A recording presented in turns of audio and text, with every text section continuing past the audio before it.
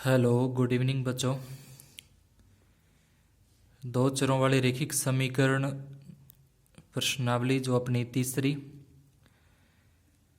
अपने कर रहे थे 3.1 के जितने भी सवाल थे हमने पीछे की वीडियो में कर लिए। ग्राफ किस तरीके से बनाया जाता है वो भी अपने देखा और ग्राफी विधि से उसको हल कैसे करते हैं।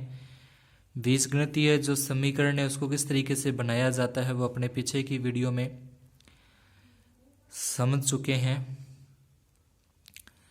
आज अपने जो दो समीकरणें होती हैं, दो चरों वाले रैखिक समीकरण हैं, उन रैखिक समीकरणों के अनुपातों की तुलना के माध्यम से कि उन समीकरणों के हल किस प्रकार के होंगे, हलों की प्रकृति किस प्रकार की होगी, रेखाएं जो ग्राफ में खींची जाती उन रेखाओं की प्रकृति किस प्रकार की होगी, उनके बारे में अध्ययन करेंगे और कुछ उनसे संबंधित सवाल भी करेंगे। तो जैसे कि दो रैखिक समीकरणें हैं जिसको अपने व्यापक समीकरण भी बोलते हैं। कई बार एक नंबर का प्रश्न आता है कि दो चरों वाले रैखिक समीकरण की व्यापक समीकरण लिखिए, तो ये इनकी व्यापक समीकरण होती है ax plus b1y plus c1 और दूसरी हो जाएगी a2x plus b2y plus c2 बराबर 0।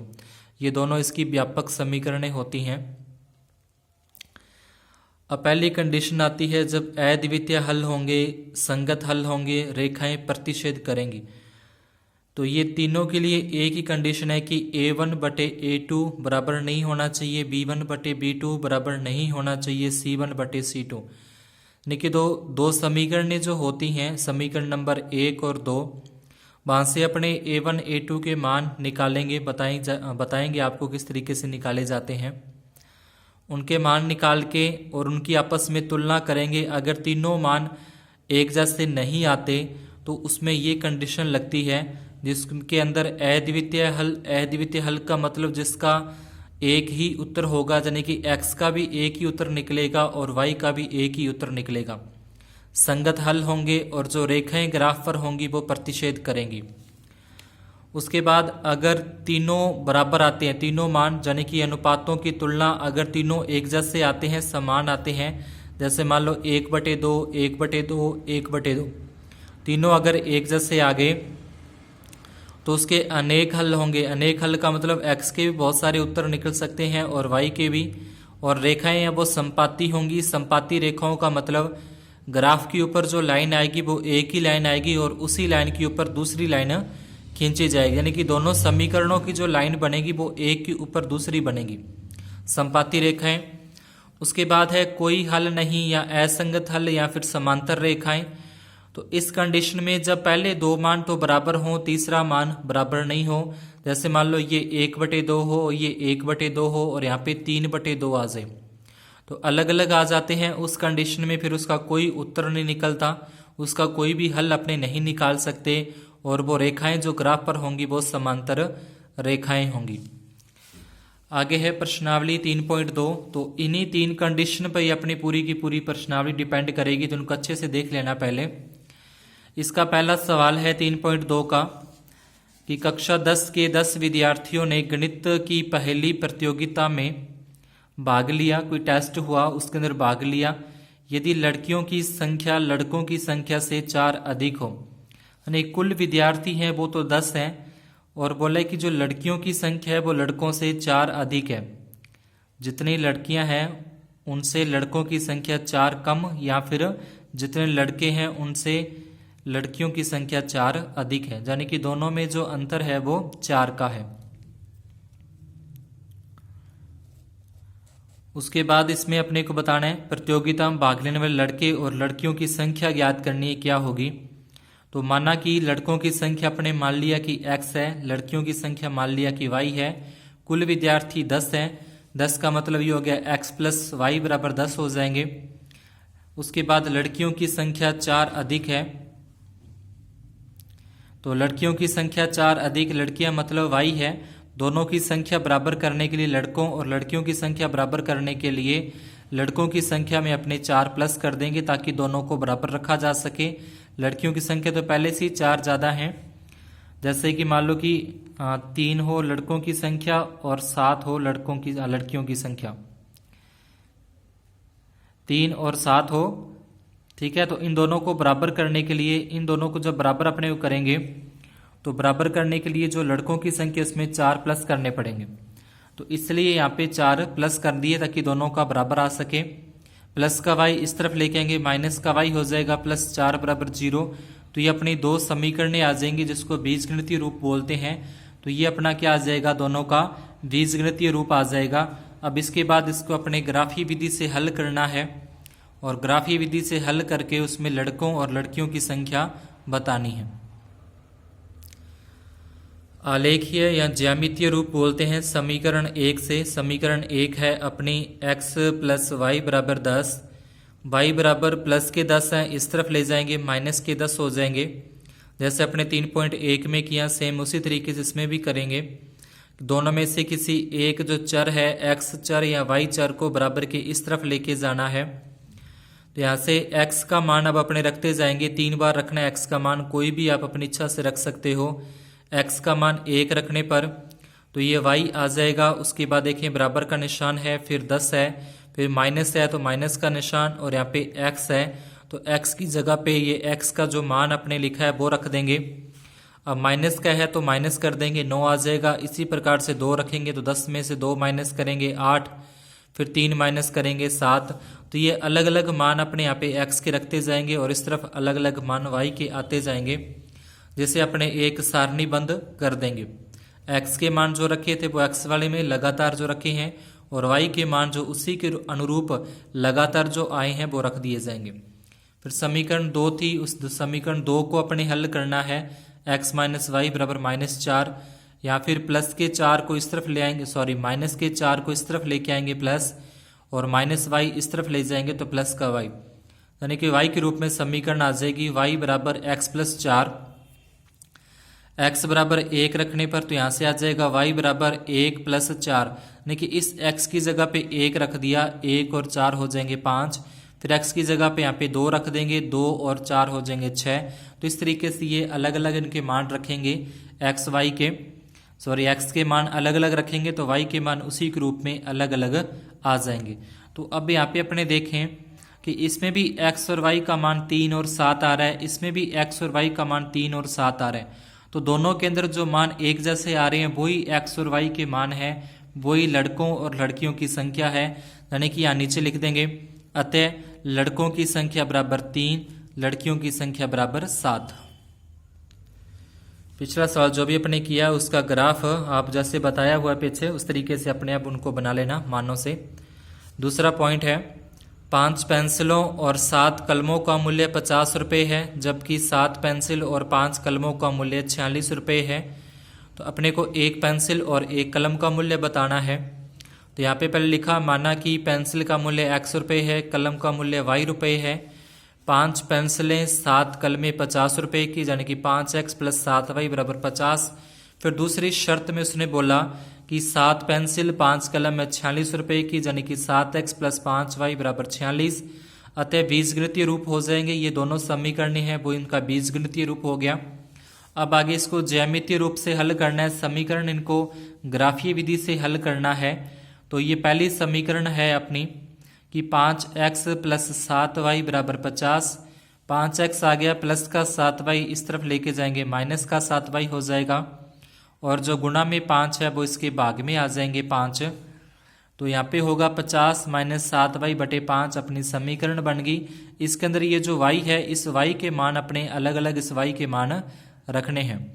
y के मान अलग अलग रखते जाएंगे तो x के मान आते जाएंगे। जैसे कि पहले में y बराबर 0 रखने पर तो x बराबर 50 - 7 और y की जगह पे कोष्टक में 0 और बटे में इसके 5। ये 50 का 50 लिखा, किसी भी संख्या को 0 से गुणा करते हैं 0 ही आता है, और उसको 50 में से माइनस करेंगे 0 को तो 50 ही आएगा। इसलिए इसको मैंने आगे सॉल्व नहीं किया, सीधे 50 में 5 का भाग दिया, 10 आ गया। फिर दूसरी बार y बराबर 10 रखने पर तो उसी में रखना है 50। देखो यहाँ पे 50 रखा, -7 और y है तो y की जगह पे आ जाएगा 10। 10 को 7 से गुणा करेंगे 70, यानी कि 50 माइनस 70, 50 में से 70 माइनस करेंगे तो माइनस के 20 और 5 बटे में है भाग देंगे तो माइनस के 4। इसी प्रकार से एक मान और रख दिया y बराबर 5 रखने पर, तो 5 रखने पर भी उसी तरीके से अपने को हल करना है। ये y की जगह पे 5 रख देंगे यहाँ पे और 7 और 5 को गुना करेंगे, 7 और 5 को गुना करने पर 35, 50 में से 35 माइनस करेंगे 15, 5 का भाग देंगे 3 आ जाएगा। तो ये जो अपनी एक सारणी है x और y के रूप में, ये सारणी अपनी बनकर तैयार हो जाएगी यहाँ से। अब इसी प्रकार से दूसरी समीकरण है उसको अपने हल करते हैं। समीकरण 2 से, ये समीकरण 2 है, इसके अंदर भी प्लस के 5y इस तरफ ले आए माइनस के 5y और ये प्लस जो गुणा में है 7 वो इसके भाग में आ जाएगा, तो ये समीकरण बन जाएगी। इस समीकरण के अंदर भी अपने ये जो y है इस y की जगह पे मान इसमें रखने हैं। तो y बराबर 5 रखने पर x बराबर 46 माइनस ये 5 और y है तो y का ऐसे लिख दिया और y की जगह पे ये 5 रखना है, इस y की जगह पे 5, तो 5 को 5 से गुणा करेंगे 25, 46 में से 25 माइनस कर देंगे 21, 7 का भाग देंगे 3 आ जाएगा। फिर y बराबर 12 रखने पर ये अलग अलग संख्याएं रख रहे हैं क्योंकि अगर यहाँ पे अपने y का मान 6 रखते हैं तो 6 रखने पर ये भाग है जो पूरा पूरा नहीं जाएगा, पूरी पूरी सॉल्व नहीं हो पाएगी, पॉइंटों में आएगा जिसको ग्राफ पे दिखाना थोड़ा सा मुश्किल हो जाता है। 7, 8, 9, 10 ऐसे नहीं रख सकते लगातार, तो थोड़ा सा उसमें अपने को देख के रखना है कौन सा मान रखने पर उसमें जो भाग है बटे वाली संख्या का उसका पूरा पूरा चला जाए, उसी के आधार पर इसमें मान रखे जाते हैं। जब बटे वाली संख्या हो तो थोड़ा सा ध्यान से मान रखना है ताकि जो भाग है गुणा वगैरह करने पर उसको कैलकुलेशन करने के बाद जो बटे वाली संख्या उसका भाग उसमें पूरा पूरा चला जाए। तो यहाँ पे 12 रखा, 12 को 5 से गुणा करेंगे 60, 60 में से 46 माइनस कर देंगे माइनस के 14, 7 का भाग देंगे तो माइनस 2 आ जाएगा। इसी प्रकार y बराबर -2 रखने पर तो ये माइनस को माइनस से गुणा करेंगे प्लस के 10, 46 और 10 56 में 7 का भाग देंगे तो 8 आ जाएगा। उसके बाद ये अपनी आ जाएगी समीकरण। तो इस समीकरण के अंदर भी 3 और 5 आ रहे हैं, पीछे वाली समीकरण के अंदर भी 3 और 5 आ रहे थे, तो एक पेंसिल और एक कलम का मूल्य अपना ये 3 और 5 रुपये आ जाएगा। उसके बाद है दूसरा सवाल है, अनुपातों की तुलना कर ज्ञात करना है अपने को कि ये जो सवाल है इसके जो समीकरण युग्म है वो कैसे होंगे, संगत होंगे, असंगत होंगे, तो वो अपने को बताने हैं। तो पीछे जो तीनों कंडीशन लिखी थी उसको अपने को ध्यान में रखना है इन सवालों में। अनुपात अपने को इनकी तुलना करनी है, तो ये समीकरण दे रखी है, समीकरण नंबर 1 और समीकरण नंबर 2, इसकी अपने तुलना करनी है। तुलना जो व्यापक समीकरण है, व्यापक समीकरण से इनकी अपने तुलना करेंगे, तो उस समीकरण से तुलना करने पर पाएंगे कि अपने a1 का मान 5 है, b1 का मान -4, ये c1 का मान 8। दूसरी का समीकरण से a2 का मान 7 है, b2 का मान 6 और c2 का मान है वो -9 है। ये मान यहाँ पे लिख देंगे और इनकी बाद में अपने जो ये अनुपात दे रखे हैं इन अनुपातों को लिख के इसमें मान रखने हैं। a1 का मान ये 5, a2 का मान 7, b1 का मान -4, b2 का मान 6, c1 का मान 8 और c2 का मान है -9। ये मान रखने के बाद अपने देखते हैं कि तीनों में से कोई भी बराबर नहीं बैठ रहा। ये 5/7 अलग हैं, ये 4/6 अलग हैं, 8/9 तीनों ही क्या है, अलग अलग हैं। जब तीनों ही अलग अलग होंगे तो ये कंडीशन लगेगी जो कि मैंने आपको पहले बताई थी। तो इसको हो जाए कि एक बिंदु पर प्रतिच्छेद करती हैं और इसके संगत हल हैं। एक बिंदु पर प्रतिच्छेद करती हैं रेखाएं और इनके जो हल हैं वो संगत हल हैं। उसके बाद दूसरा पॉइंट के अंदर भी अपने को समीकरणें दोनों दे रखी हैं। समीकरणों की तुलना इस तरीके से लिख सकते हो आप। समीकरण की तुलना ये अपनी व्यापक समीकरण होगी दोनों से करने पर, यानी कि a1 तो होता है x के साथ, b1 होता है y के साथ, c1 अकेला। फिर दूसरे समीकरण के अंदर a2 x के साथ होगा, b2 y के साथ होगा और c2 अकेला ही होगा। तो वहाँ से अपने a1 का मान, ये b1 का मान, c1 का मान, फिर a2, ये b2 और ये c2 मान यहाँ पे लिख देंगे। ये जो अपने को अनुपात प्रश्न में दिए हैं उन अनुपातों में रखें। तो a1 का मान 9 और a2 का मान 18, b1 का मान 3, b2 का मान 6, c1 का मान 12 और c2 का मान 24। दोनों को काटें 9 के पाड़े से, 9 एकम 9, 9 दूनी 18, 3 एकम 3, 3 दूनी 6, 12 एकम 12 और 12 दूना 24। तीनों अब आप देख पा रहे हो कि तीनों एक जैसे आ रहे हैं, समान आ रहे हैं, तो दी गई समीकरण युग्म संपाती हैं, यानी कि जो रेखाएं हैं वो संपाती हैं और उनके हल हैं वो संगत हल हैं। उसके बाद तीसरा है, जो तीसरी को भी सेम इसी प्रकार से अपने करना है। पहले उनकी तुलना कर लेंगे व्यापक समीकरण से, वहाँ से a1 b1 a2 b2 c2 के मान ज्ञात करेंगे, इस अनुपात में रखेंगे। अनुपात में रखने के बाद अपने देखेंगे कि 6 में 2 का भाग दें 3 आता है, माइनस से माइनस कट जाएगा, 3 में 1 का भाग दें 3 और 10 में 9 का भाग नहीं जाता, तो ये वैसे ही रहेगा। तो यहाँ पे क्या होगा इसमें कि ये दोनों तो बराबर आ रहे हैं, यानी कि पहले दो तो बराबर हैं, लेकिन जो तीसरा है वो बराबर इसके नहीं आ रहा। तीसरा बराबर नहीं आ रहा तो उसको ये कंडीशन अपने लिख देंगे, a1 बटे a2 बराबर b1 बटे b2 बराबर नहीं है c1 बटे c2। अतः दी गई समीकरण युग्म एक दूसरे के समांतर हैं और इसके हलों की बात की जाए तो इसके असंगत हल हैं। अगर तीनों बराबर हैं तो संगत हल होंगे, तीनों बराबर नहीं है तो संगत हल होंगे। पहला बराबर है और दूसरा बराबर नहीं है तो असंगत हल होंगे। तीनों बराबर नहीं है तो अद्वितीय हल होगा, तीनों बराबर हैं तो संपाती रेखाएं होंगी, पहला बराबर है दूसरे वाला बराबर नहीं है तो समांतर रेखाएं होंगी। इसी प्रकार से तीसरा है, इसके अंदर भी अनुपातों की तुलना कर अपने को बताना है, संगत और असंगत बताना है। तो सेम वही जैसे पीछे मैंने बताया सेम उसी तरीके से है, इसमें ज़्यादा कुछ है नहीं।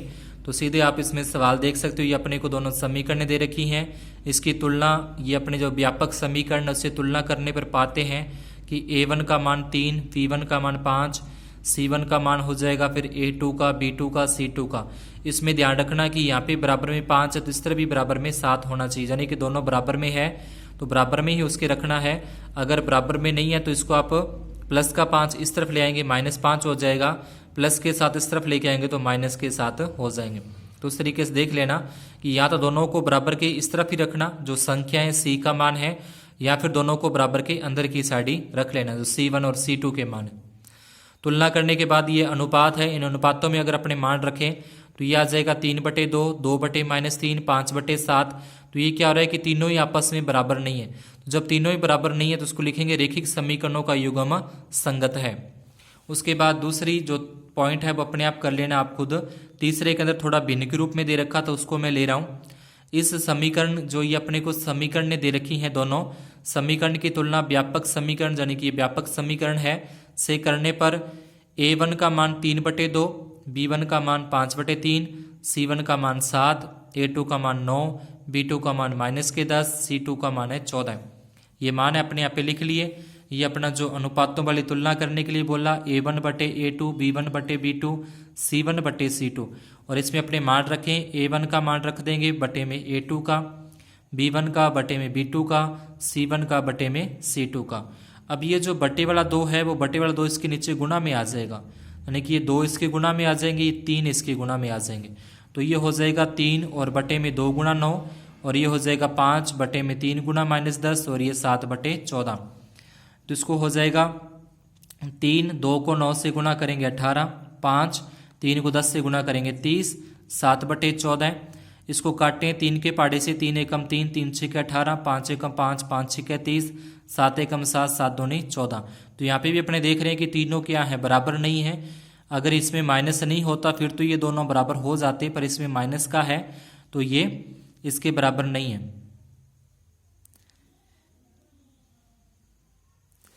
तो ये क्या हो जाएगा अपना, तीनों संख्याएं जो तीनों अनुपात हैं वो बराबर नहीं आ रहे, तो इसके नीचे यहाँ पे लिख देंगे, आप लिख देना यहाँ पे, अतः समीकरण युग्म एक अद्वितीय हल है और समीकरण युग्म के संगत हल है।